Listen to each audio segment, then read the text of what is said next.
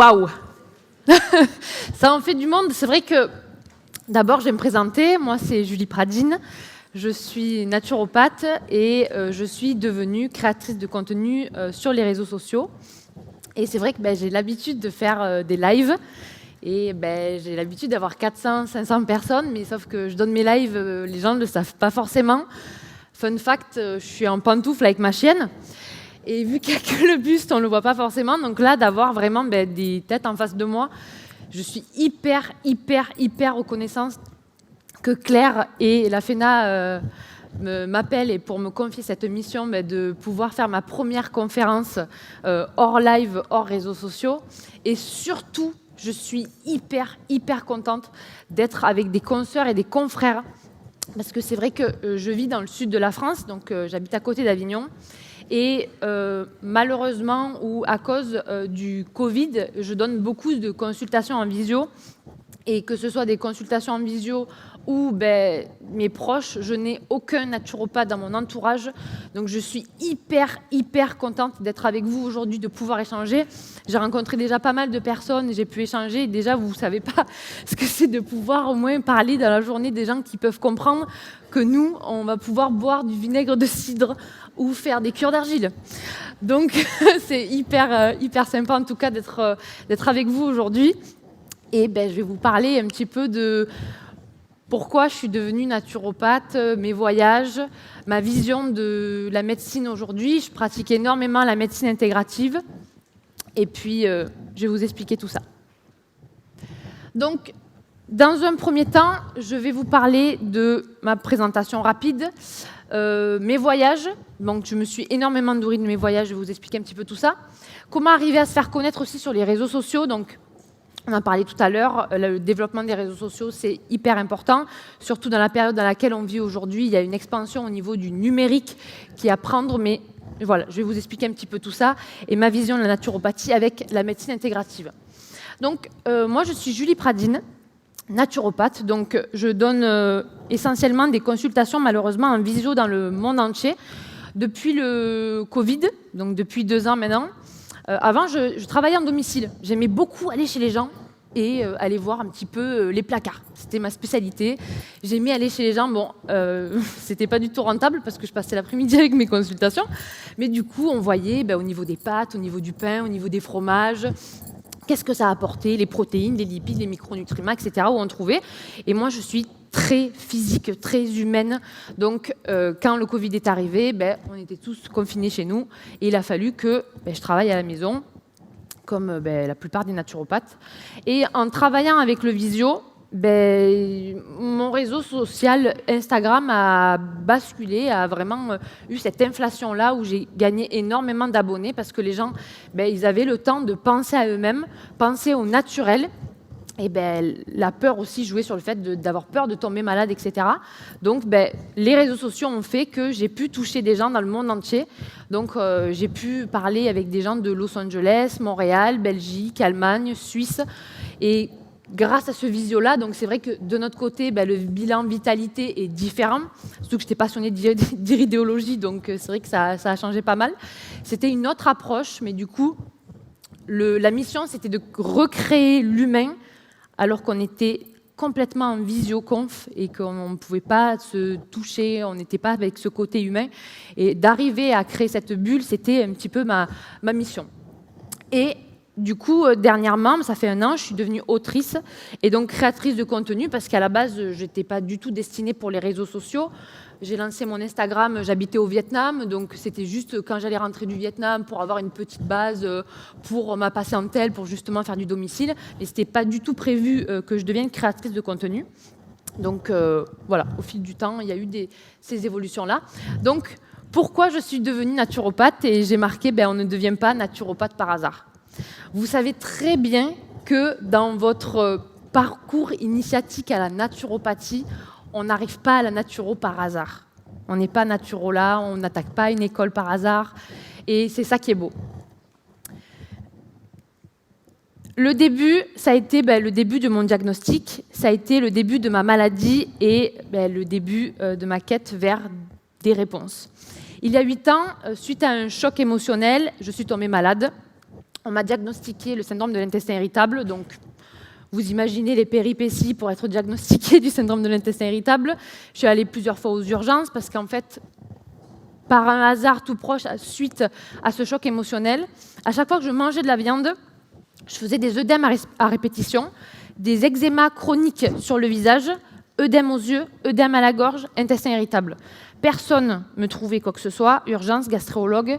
J'allais en dermato parce que, bon, vous savez qu'il y avait l'eczéma. Et donc, je me baladais. Ah, je connaissais tout le monde, hein. Je me baladais aux urgences. Ah ben, c'est encore Mme Pradine, mais vous avez mangé quoi?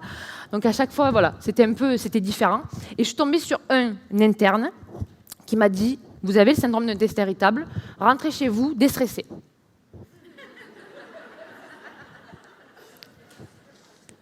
Donc, je suis rentrée chez moi, je me suis assise, j'ai dit, bon, ben, faut déstresser du coup. On va attaquer par quoi? Donc, très simplement, j'ai dû taper sur Internet et j'ai tapé syndrome de l'intestin irritable, help. J'ai regardé et en fait, inconsciemment, les premières pages qui me sont venues, ça a été l'Ayurveda. Ayurveda, médecine indienne et tout, incroyable. Je regarde et tout, les doshas, oh, c'est super intéressant. Et je commence à me documenter. Je travaillais, j'étais art thérapeute à ce moment-là. Donc, je travaillais dans des écoles, on développait les ateliers pédagogiques philo avec les enfants. Et j'avais une adhérente qui est devenue une amie plus tard. Et elle était indienne. Donc, je lui dis, ouais, Rika, tu sais pas quoi, tu connais l'Ayurveda? Oui, ma grand-mère, elle fait des potions au Bangladesh et tout, apparemment, ça marche bien. Je dis, ah ouais. Elle me dit, ben, je vais en Inde l'année prochaine, tu veux venir avec moi? Incroyable. J'ai dit, ben, go. J'ai dit, ben go, et elle me dit, bon, mais moi je ferai du Bollywood, toi tu feras ton Ayurveda, je vais te prendre un cousin à moi, il va te faire la traduction, et go. Incroyable.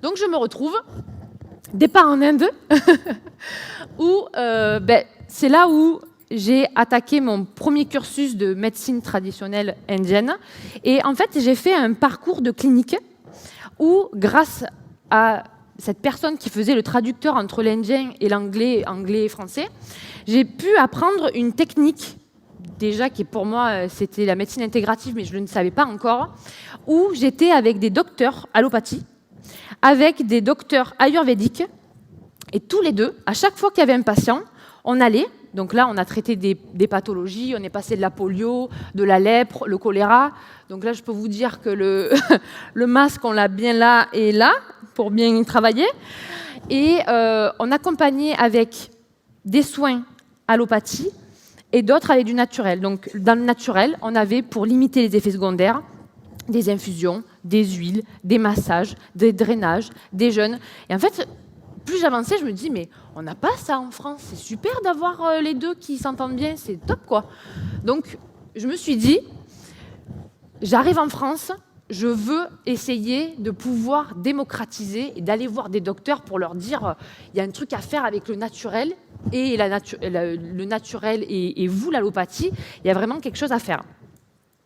Donc, ma vision en tant que thérapeute maintenant, donc, grâce à mon voyage, elle a été vraiment formée à ça, parce que du coup, la médecine intégrative, je l'ai toujours admirée, mais j'avais jamais pu mettre un mot dessus. Je l'ai découvert il y a quelques années maintenant. Et donc, on rappelle que le terme de médecine intégrative, elle est utilisée pour désigner le recours simultané à la médecine conventionnelle et aux médecines alternatives dans le suivi d'un patient. Donc également, ma vision, j'utilise beaucoup l'accompagnement, donc l'éducation auprès du patient, qu'on connaît tous, et de pouvoir, avec la nutrithérapie ou l'alimentation, qu'est-ce que vous pouvez remplacer par telle ou telle chose, mais en ayant un langage très familier. C'est-à-dire que vous savez que les gens qui vont être avec vous en consultation, ils ont peur, souvent vous êtes en dernier recours et ils ne savent pas. Sucre de coco, mais ça se trouve où? Mais c'est quoi? Ça vient de où? C'est un peu particulier. Donc vraiment l'accompagnement en douceur avec des produits simples et pas de choses qui peuvent faire peur à la personne. Non-jugement, on est à sa place, on a tous été à leur place. Et ma vision, c'est que je pense très fortement à l'allopathie au naturel parce que ces deux médecines, grâce à mes voyages aussi, doivent vraiment travailler ensemble et non les unes contre les autres. Je rejoins Serge qui disait tout à l'heure, je pense, et Aloun aussi, je pense qu'il y a vraiment quelque chose à faire si on arrive à travailler ensemble, si on arrive à ne pas se mettre des bâtons dans les roues, parce qu'en fait, on a la même quête de vie. C'est-à-dire qu'on veut l'accompagnement et la santé de la personne et des gens autour de nous. Et plus on va envoyer des pics, oui, mais lui, est-ce que les antibiotiques, parce que, etc. Plus on va travailler ensemble, plus nous, on va prendre notre rôle, parce que dans la médecine allopathique, nous sommes des éducateurs santé. OK, éducateur santé, c'est fort. Il faut être content d'être éducateur santé, c'est-à-dire vous éduquez à la santé des patients. Et donc, quand vous vous mettez dans cet égo-là de vous dire, voilà, OK, je suis éducateur santé, toi, tu es professionnel, on travaille ensemble. Parce que du coup, on fait deux choses différentes. Et au niveau de la prévention, moi, je suis éducateur médecine préventive. Donc, plus on va se remettre, et ça, c'est un travail d'ego aussi, plus on va se mettre à cette place-là, plus on va pouvoir travailler avec des personnes aussi du domaine scientifique. Après l'Inde, j'ai eu énormément de chance. J'ai un de mes meilleurs amis qui était au Vietnam. Pareil, j'ai toujours eu des petites chances un petit peu pour mes voyages. Je pars. Et là-bas, je me dis, OK, qu'est-ce qu'il y a un petit peu au Vietnam et tout. Et je vois qu'il y a des super écoles de médecine chinoise. Je devais passer 1 mois. Je suis restée 1 an parce que la chance a voulu que j'ai rencontré mon conjoint avec qui je suis actuellement. Et par la vie, du fait que j'étais en couple là-bas, je me suis dit, OK, vis ta vie d'expat, c'était absolument pas prévu. Tu as fait Ayurveda, qu'est-ce qu'il y a au Vietnam? Médecine chinoise. J'ai étudié également le Dim Shan. Le Dim Shan, c'est une réflexologie faciale. Et en même temps, j'avais très envie, j'ai attaqué un cursus de naturopathie par correspondance. Parce qu'à ce moment-là, je me suis dit, j'avais une soif intuitive d'en savoir toujours plus pour pouvoir accompagner le mieux aux patients. Comme vous le savez, quand on sort d'école, on a peur. On se dit, est-ce qu'on ne donne pas assez? Est-ce qu'on va donner cohérent avec la pathologie du patient? Est-ce qu'il ne va pas avoir une interaction avec peut-être un médicament, etc. On a toujours cette appréhension-là. Donc moi, pour me conforter, pour avoir confiance en moi, j'avais toujours soif d'apprendre. Parce que plus vous avez de cordes à votre arc, mieux c'est. Grâce à toutes ces expériences et connaissances, je suis devenue mon propre petit rat de laboratoire. Donc, comme mes collaboratrices en conférence disaient, on a envie de, vous le savez, de toujours tout apprendre, dès qu'on apprend, d'appliquer sur nous-mêmes. Donc, je suis arrivée à m'accompagner avec plein de techniques différentes pour équilibrer mon syndrome de l'intestin irritable. J'ai énormément de chance parce que je n'ai plus aucun symptôme de nos jours depuis 3 ans, parce que j'ai pris dans la globalité, vous savez, le côté stress, le côté humain, le côté alimentation, le côté nutrithérapie, etc., etc. Et de plus, je suis passionnée par la cuisine, donc j'adore faire des recettes naturaux, où je vais prendre un petit peu des classiques des recettes qu'on a en France, et je vais peps avec un petit peu des super aliments, en utilisant le sucre de coco et des farines un peu plus sans gluten, et pour toujours vulgariser la naturopathie auprès de tous. Ma vision de l'alimentation. Donc la première, c'est une alimentation intuitive. Donc je le conçois, l'alimentation intuitive, ça peut être compliqué, surtout pour les pathologies qui ont des TCA, pour des personnes qui peuvent être réticentes à ce genre d'alimentation. Éduquer le patient à de quoi ai-je réellement envie ou besoin. Pour moi, c'est super important. Par exemple, quand vous avez besoin de magnésium, inconsciemment, vous allez peut-être avoir le chocolat noir qui va arriver, ou par exemple, l'hiver, on fait notre gras, on a envie de cocooning, on a envie de passer un hiver un peu chaleureux, on va taper dans le gras. Donc pour moi, c'est l'alimentation intuitive de rappeler aux patients, bizarrement, quand vous passez l'été, vous avez envie d'une pastèque et pas d'une fondue savoyarde. Inconsciemment, ils pratiquent l'alimentation intuitive, on le pratique tous. Rajouter de belles choses dans notre alimentation. Pareil, très simplement, avec des jus, des boissons réconfortantes, des petits lattés avec des super aliments dedans. Je conçois que le mot super aliment est aussi vulgarisé, parce que ça veut tout et rien dire, mais auprès des gens qui ne connaissent pas forcément la naturopathie et qui n'ont pas étudié super aliment, pour eux, ils savent qu'il y a des baies super magiques. Donc, ils sont contents de pouvoir ajouter dans leur petit smoothie, dans leur petit jus. Varier son assiette, parce que c'est vrai que de plus en plus de personnes mangent toujours la même chose. Donc, expliquer que les problèmes digestifs aussi peuvent venir de l'assiette. C'est-à-dire que quand on mange toujours la même chose, on est un peu blasé d'avoir cette fourchette qui arrive avec ce Tupperware. Donc rien que d'expliquer, vous pouvez partir avec une seule base, garder du quinoa pendant 3 jours, hop, vous mettez du peps, un soir vous faites un petit potiron rôti, vous mettez votre petit quinoa, le lendemain vous allez à votre boulot, coworking, tac, un petit taboulé quinoa. Juste toujours coacher vulgairement, sans jeter la pierre au patient. Il part de zéro, des couleurs, etc. J'en reviens au zéro jugement. Être doux envers son patient, à l'écoute, accepter que l'on a une personne qui souhaite faire des efforts et qui part de zéro. Vraiment essayer de ne pas décourager. Et je sais, j'ai été avec vous quand on sort de cursus, on est tout neuf. On sait tout, tac, etc. On sait tout, mais sans trop, parce que du coup, on ne sait pas trop si on en dit trop ou pas assez. Vraiment, de ne pas décourager, de pas... Pour des personnes qui n'ont pas l'habitude, qui mangent de la baguette tous les jours avec du beurre, avec de la confiture, etc., pas leur dire « Ouais, non, le blé, c'est naze. Non, mais ça, la baguette, non, ça se fait plus, ça. Le beurre, non, non, il faut du ghee. » Voilà. Donc vraiment, d'être pas dans le jugement, d'aller en douceur. Rappelez-vous de là où vous venez. Au tout début, si on vous avait dit « Ah oui, non, ça, il faut faire des cures de jeûne, il faut arrêter. Non, ne mange pas, bois des jus. Non, là, il y a trop de fruits. » Non, mais en fait, voilà, soyez vraiment doux et pensez que la personne, elle est là ou pour éduquer à sa santé, pour apporter, etc. Et souvent, on est le dernier recours. Donc, soyez vraiment doux, soyez vraiment non-jugement et vraiment les changements en douceur, les suivis, être à l'écoute, etc. Pour moi, c'est quelque chose qui est super, super important. Et ça revient à mon point.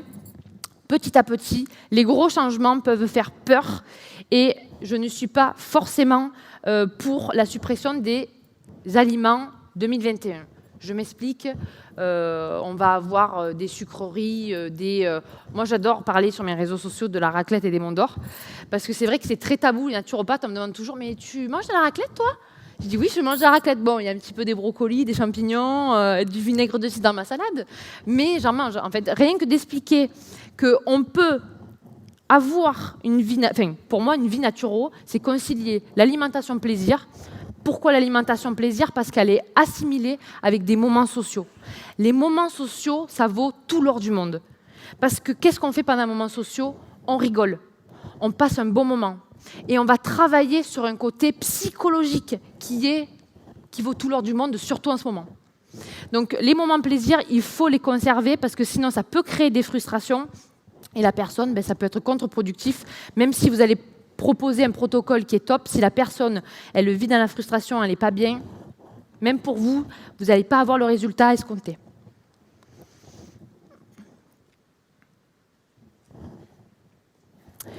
Ma vision de la naturopathie de nos jours. Donc, il y avait vraiment des mots que j'avais vraiment envie de parler avec vous. C'est bienveillance, non-jugement, pédagogie, écoute et douceur.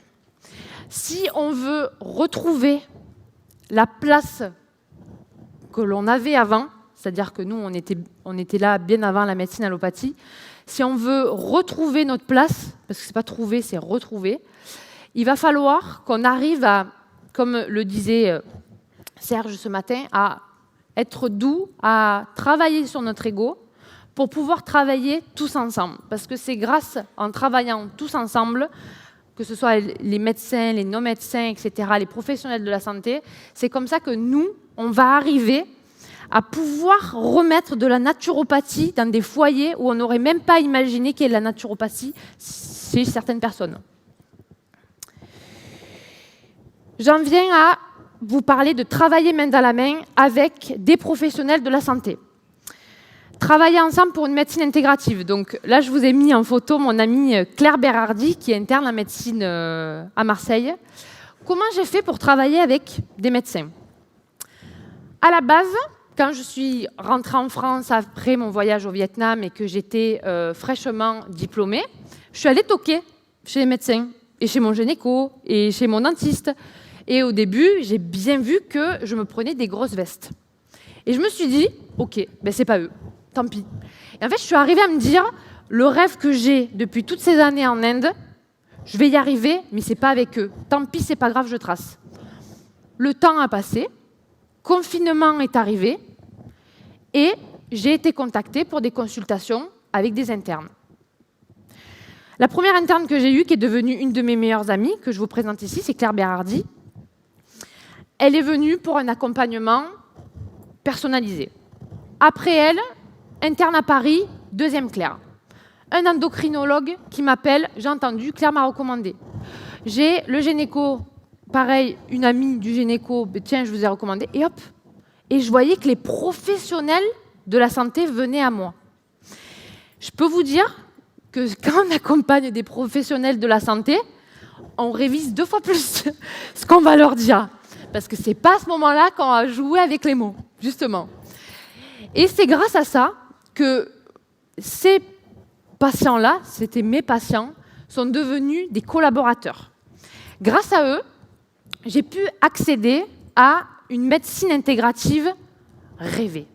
C'est-à-dire que j'arrive à accompagner des personnes. Je travaille beaucoup avec des gens qui ont des pathologies de mucofiscidose, avec la sclérose en plaques, avec des cancers. Ben, grâce à ces gens-là, coup de fil, nouveau traitement qui est aux États-Unis ou en Suisse, où du coup, on n'a aucun... Moi, je travaille beaucoup avec le code Vidal parce qu'en travaillant avec les médecins, on travaille toujours avec. Donc, hop, petit coup de fil. Et c'est hyper rassurant de travailler main dans la main, mais autant pour moi que pour eux.